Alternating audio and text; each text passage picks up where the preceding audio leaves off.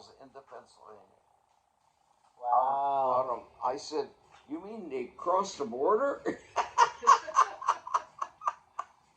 How are you going to cook him? He says, you'll see. So we went there. There's a fork and there's an island in the middle of the stream. On the end, there's a bunch of rocks, and in those rocks was this nice frying pan. His. That's funny. He just happened to have one there. Yeah, he left it there because he used to cook his fish there right there. We kept 2 or 3. I guess we're going to eat them. We walked over there. There's that frying pan with a rattlesnake inside of it. We didn't fry fish. I just got a phone book. Yeah. I don't know if 2 weeks hold on, wait, Alia. No, the only thing in it is business. Right. So, what we're trying to say is, nobody uses the phone book anymore. No. The phone book is gone. It's extinct. But how do you get a phone? You get a phone, you get a number, and then you can, there's a messaging thing. Yeah. You can send people your number, Yeah. and it bypasses the phone book. Oh. So the phone book doesn't work anymore because of that system. You get it? Yeah? Okay. Yeah. Show me anybody else in this, anywhere actually, Yeah. that has 3 things in the Smithsonian Institute. I work for the government. Yeah. The government has the patents. I'm the guy that invented how to do it. It wasn't that I invented the nose cone that the monkey went up into space in. It was how to machine it. That's right. I pay attention, I know. Yep.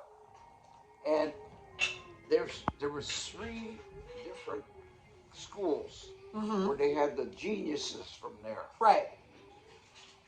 They could calculate anything, but they didn't know shit about machining. Yeah. Okay. I don't have an ME degree, mechanical engineering. I have a DE degree. Okay. Design engineer. And according to the machinists hate you all. According to the instructor that I had in school, he says, you're the most analytical student I've ever had. He says, you figure out anything that doesn't work and you make it work. You know, I would just come up with a design. 4 big rooms, rather.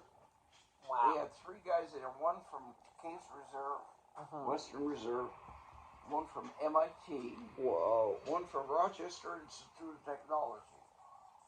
And they had these billets of tungsten. Do you know anything about tungsten? If it's the nose cone was only that thick.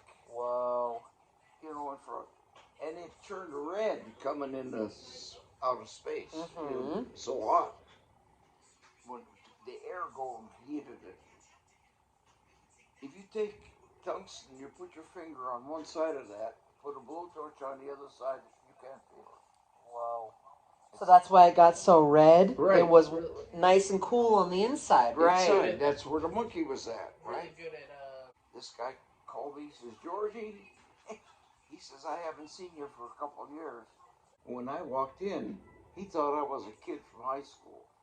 I was 30 years old, and I looked like I was still in... So, would you say that's a Wasco thing? Yeah. Is to look younger than your age? Right. Well, that's a Slovak thing. Oh, really? Yeah. Okay. Yes. Where are you? I said, George Wasco. You're from the little school down the street here? Yeah. And I solved his problem in hours, few hours. I solved this problem. And he remembered me. So he called the school, and the school knew where I worked. And you had reference. Yeah. Yes. They called me, and he says, Georgie, he says, I need your help. Did 3 billets, and they all cracked before they got done with them.